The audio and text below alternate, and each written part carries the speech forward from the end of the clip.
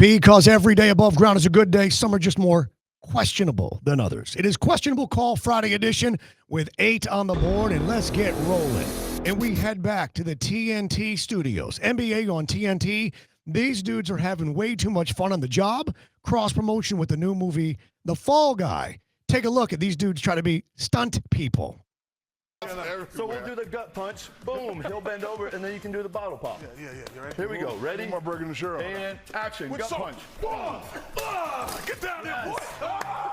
What is that, Ken? What is that? Look at Shaq. Shaq's got the look at his face. Look at his face. And then all of a sudden, Barkley's in the oh no! But it could get worse. Shaq weighs 400+ pounds. It could get, and it just got worse. The NBA on TNT, these dudes question, are these serious people? The answer is yes, they're very serious about ratings and revenue and owning the sports studio media landscape. This is business. You know what people like? Sports. You know what everybody loves? Fun and funny. Good stuff, serious people, serious cash. We roll on in the countdown to number 7, and guess who's back? Keon's back. Keon Coleman, who became all too acquainted with last Friday as the Buffalo Bills NFL draft pick of the first round. He actually made 2 episodes of this fine show. And now he's back again. He's being asked by the Buffalo Bills what he likes to do in his free time. Take a close listen to what he had to say. What do you do outside of football? Chill at the house, golf, bowl a little bit. You golf? I ain't no golf. I'm Tiger. Wish he could. I'm not Tiger Woods. Now. I wish I could putt and do all that. Them boys out there shooting 5 under. I ain't doing all that. I'm like TV 5 to hit just to put it in. But I'm gonna go have fun. Like it's controlled chaos. You frustrated, but you can't get mad. Pull a muscle in your back trying to hit the ball. So it forces me to stay calm and just swing. Just have some. First of all, let's just say this. Did you notice the body language on everyone in the room? Did you notice that everyone was locked in on what he was saying? They were leaning forward. They were engaged. This dude owns the room. The question is, what's the over-under on when he will go too far? I'm going to put the date at July 27th. Write it down right now. July 27th, he'll say something at camp. He'll not know what a phrase means or use a phrase or term improperly, and he will get himself in a little bit of trouble. I do love his attitude, though, about not getting frustrated. I love the idea of, controlled chaos. He's a smart young man. He's going to be a great addition. He's just got to be careful with some of the funny guy stuff. He's not Tiger Woods. He's Tiger Wish I Coulds, which is absolutely hilarious. Love Keon Coleman. Go get it, young man. Have a moment. As we roll on in the countdown to number 6, presented by Bud's Chicken and Seafood. What's better on the weekend? Bud's Fried Day. BudsChicken.com. Crispy, crunchy, juicy, golden brown, fried perfection. Tenders made of tenderloin. Get it now. BudsChicken.com. And it comes to us from, I know it says peanut butter jelly time, but we're going to go peanut butter jelly time with a little side of Bud's Chicken and Seafood. It's a T-ball game and a young man who's not afraid to show out. Take a look. Peanut butter jelly time. Peanut butter jelly time. Peanut Uh-oh. butter jelly time. Oh, hey.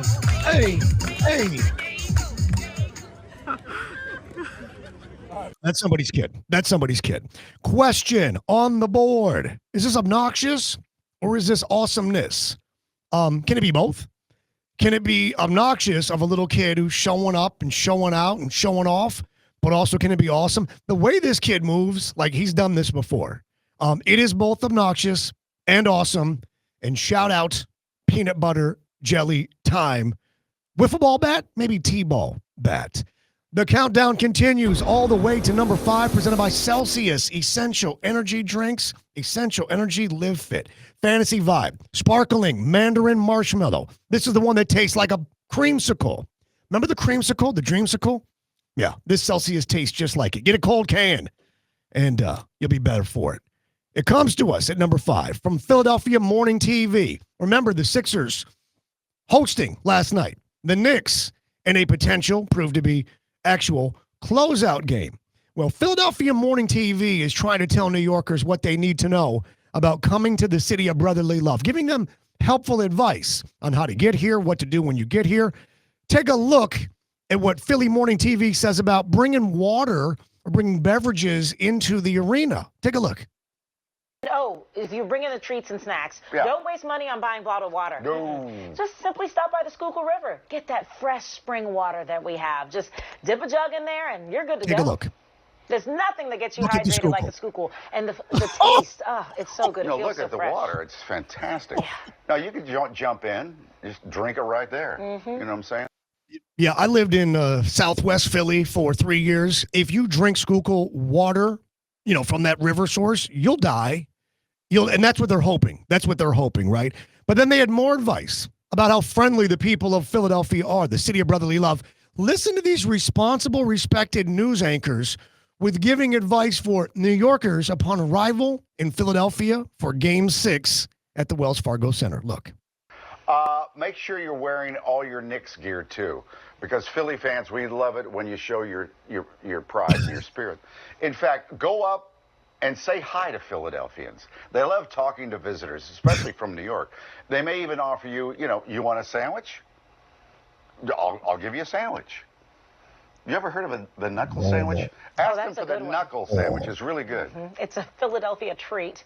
So we can't wait to welcome you guys, and we'll see you at the game tonight. Enjoy the game. Yeah. And here's your question, my friends, presented by Celsius. Again, forget Schuylkill River water. Drink the Celsius. My favorite, the Fantasy Vibe. Made of the good stuff, none of the bad. Essential energy drinks.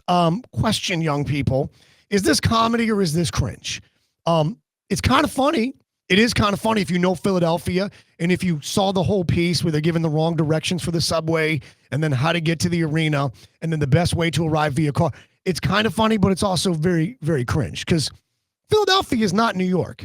Philadelphia is not D.C. I lived in Philadelphia. Philadelphia is a chip on its shoulder. It is not Philadelphia, as the topic describes, but the water there is, out of the Schuylkill they're asking you to consume. This is a little cringy. It's cute. You'd expect this maybe from a city that's not Philly. Philly's got to be better than this, both on and off the court. As we roll on in the countdown, we get to number 4. Cuatro, as my friends say.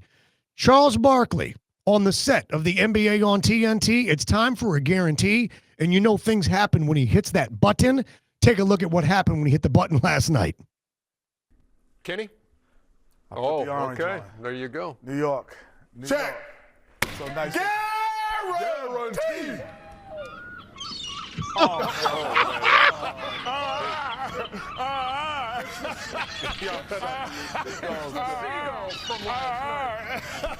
It's the Seagulls. They're back. Y'all better not get that stuff in my Diet Coke or your suit. Not on my suit. That's nasty. That is crazy. And the whole time you hear Shaq, that's Shaq's seagull call. Unfortunately, it's his Hawks call and his Pelicans. Question, which is better, Barkley's faces or Shaq's bird calls? Shaq's bird calls are tremendous. Again, the Atlanta Hawks sound like, The New Orleans Pelicans sound like, and you just heard right there the seagull call, which apparently is another, Charles Barkley's faces, they've been getting him so good. I know we spent a lot of time on the NBA and TNT, but there's a reason why. They're the best studio show in sports, and Barkley's face, because he doesn't know what's going to happen. He doesn't know what's going to, all of a sudden there's white droppings all over the place and in his beverage and on his suit.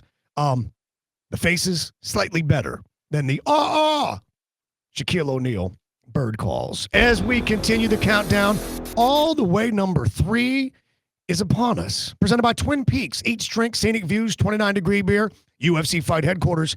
This Saturday night, UFC 301. Never pay a cover to watch UFC at Twin Peaks. The New York Knicks fans were a problem in Philadelphia. The New York Knicks fans travel well. They take the train down. And unfortunately, they seem to have taken over the Sixers' home arena. Take a listen. It's going to be an awesome one tonight, but will we get a repeat of Game 4 on Sunday here at Wells Fargo Center, where Knicks fans, despite Charles not being happy about it, staging a takeover? You saw the MVP chants for Jalen Brunson, the Let's Go New York chants all throughout Wells Fargo Center. It caused Joel Embiid afterwards to call it unfortunate. He was not happy.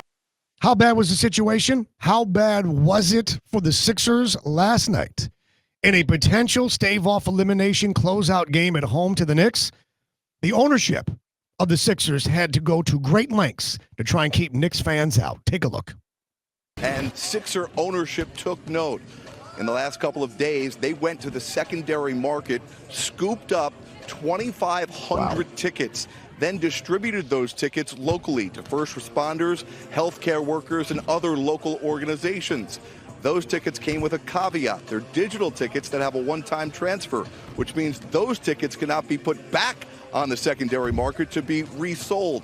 I've also learned that the Sixers organization made phone calls scrambling to their season ticket base over the last 48 hours, encouraging them and asking them to show up, be loud, be proud Sixer fans tonight for, again, this 9 o'clock local time start. And the key there, and thank you, by the way, TNT, the key there is, he said, secondary market. The ownership group buying the tickets from people who already bought the tickets. But wait, there's a little bit more, because Barkley wants to tell you what it's like in Philadelphia. And New Yorkers, he said, don't mess around. Philly ain't that town. Take a look. Hey, listen, half man makeup. You better be mean. That really is the mean streets up there in Philly. You better calm down. There's plenty of New Yorkers around here these days. So it won't be that way tonight. I told you, you people from New York come up there with all that damn racket tonight. It's going to be some consequences and some repercussions. All right, enjoy your night, Jared. Yeah, and Barkley called Jared. He called him half man, half makeup, which is a tremendous way to go about your work in Philadelphia. Question time: which is more embarrassing, the Sixers or their fans?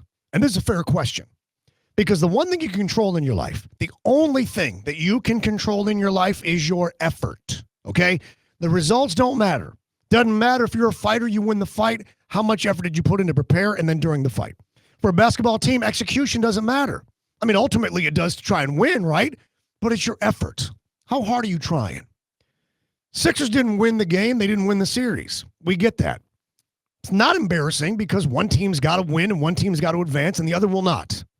But the fans not buying the tickets, or even worse, the fans selling their tickets to Knicks fans, that's embarrassing. You are not the city of sport that you claim you are if you're not trying to keep the opponent. What's worse than letting the opposition in your house and then taking over your house? It's like when you're a kid and a kid comes over to play after school and they starts eating your food and you kick your dog and you insult your mama. Like, that's not how it's supposed to play out. Philadelphia Sixers fans, you should be embarrassed that you let any of this happen, that your ownership group had to buy 2,500 tickets on the scalper market. I'm glad they did give them away to healthcare workers and first responders, but ultimately, you shouldn't ever have to come to that. Twin Peaks, don't forget, UFC 301, never cover for fights at Twin Peaks. The countdown rolls on all the way to number 2. We spent no time on hockey, so we shelved very quickly, because tell me if you hear what you think you hear. This was on South Florida Sports Radio. This is Mark Hochman and his crew, and they're talking to my friend, Randy Moeller, former NHL player and voice of the Florida Panthers, and they're talking about the trophy that is awarded to the league's best goalie. Listen to what they say the trophy's name is. Here's a hint. It's not what it is. Look. We've been interested. Obviously, the goaltending has been fantastic this Both sides. season. Oh, yeah. Sergei Bobrovsky is up for the Vezina Award. Unreal. The what? Look at Moeller. The vagina. The Vesna? Okay. Oh, what is that? Who called it that? Did he call? We said that we were going to do that to you, though, because Nobody. he's won the Vezina twice, correct? Correct. Yes, Yeah. and the Vesna twice as well. Nobody butchers the English language more than I do, but I've never done that one. That was the exact reaction that we were looking for. Dead air? That's the best content you guys have. It's dead air. And that's a great line by Randy Moeller. He said that's what you wanted was dead air. That's the best stuff that you do. Question: is this good stuff, or is it time to grow up? They're getting cute. We get it. We know what's implied. Hockey in South Florida right now is a big deal. The Panthers are the odds-on favorite to win the Stanley Cup. And Bobrovsky's been the man. I mean, the man. He'll win the Vezina Trophy. This is not great stuff. It might be time to grow up, at least be a little smarter with your humor. But maybe that's just me. Maybe I'm making a questionable call. I'm moving all the way to number one because I see the finish line, which is this weekend in Miami. The Miami Grand Prix, the F1 Miami Grand Prix, presented by Crypto.com. Go to F1MiamiGP.com. That's F1MiamiGP.com. This weekend, big race, the race, Sunday. Jake Paul had a lot to say about the fight, which is coming this summer. It'll be the event of the summer. It'll be the boxing event without question of the summer. Jake Paul versus Mike Tyson, which is no longer an exhibition. This is now going to be a sanctioned professional fight. And that means the rules of winning at any cost apply. Take a listen to what Jake Paul said about the decision to make this an actual professional fight. I just want to make it clear that Mike Tyson was the one who wanted it to be a pro fight. I said to Nikisa, if that's what Mike wants, then that's fine. But make sure you tell Mike that there's no holding back. Whatever happens, happens, and this is war now. If he puts me down, I can deal with that. But if I put him down, he needs to be the one making the decision on whether or not he can deal with that. I'm going in there, and now it's a pro fight. It's on my record, and I'm going to put him down. And if people are pissed about it, then watch soccer. If you're pissed about it, watch soccer. Well, there's one young lady who's very confident in Jake Paul, and she says this is an early exit for Mike Tyson, the legend. Listen to what this young lady said and what she's willing to bet. Is anyone going to talk about how Jake Paul's literally going to kill Mike Tyson? Like, Mike is literally a 57-year-old grandpa. I'm willing to bet my whole life savings that Mike isn't even going to make it past the first round. Okay, so she's willing to bet $4 to $7 her entire life. How old is this girl? What is she, 19 years old? Her entire life savings on Jake Paul. The question is now, could Mike Tyson be in trouble? This is going to surprise you. You ready? I met Mike Tyson back in 1990. I've covered every but one Jake Paul fight. I've represented on behalf of Celsius at the Jake Paul fights in media thereof before, pre, and post-fight. I spent weekends with Mike Tyson in the south of France last summer, this summer, past, as well as 2019. Mike Tyson not only could be in trouble, he is in trouble. Mike Tyson is one of the greats of all time. He's an icon, a legend. There was nothing like Mike Tyson fights in the mid to late 80s into the return there, just about 1990, Buster Douglas. Nothing like it. But there's a saying, if you stay ready, you don't got to get ready. And Jake Paul stays ready. This is what he does, 24/7, 365 the last 5-6 years. He was 25 years old, whatever it is. Mike Tyson, 57. Some days Mike walks with a cane. We know Mike smokes a lot of weed. Mike's a legend. We love Mike. I don't want this fight to take place. Will I be there? Yes. Will I cover it? Yes. Will I be involved in the broadcast? Stay tuned. Bottom line is Mike Tyson is in trouble. He is an underdog. The betting line is up, and for good reason. This fight should never happen. It's sanctioned in Texas. It is now a professional bout, which means it's going to be a real, actual boxing match. I'm not saying Jake Paul wins this fight, but I'm saying Jake Paul should. And that'll wrap it. Courtesy of F1 Miami. Go to F1MiamiGP.com. For this Friday edition, remember, please hit subscribe and tell your people to tell their people to do the same. And remember, while every day above ground is a good day, some are just more questionable than others. So say goodnight to the bad guy. We'll see you Monday.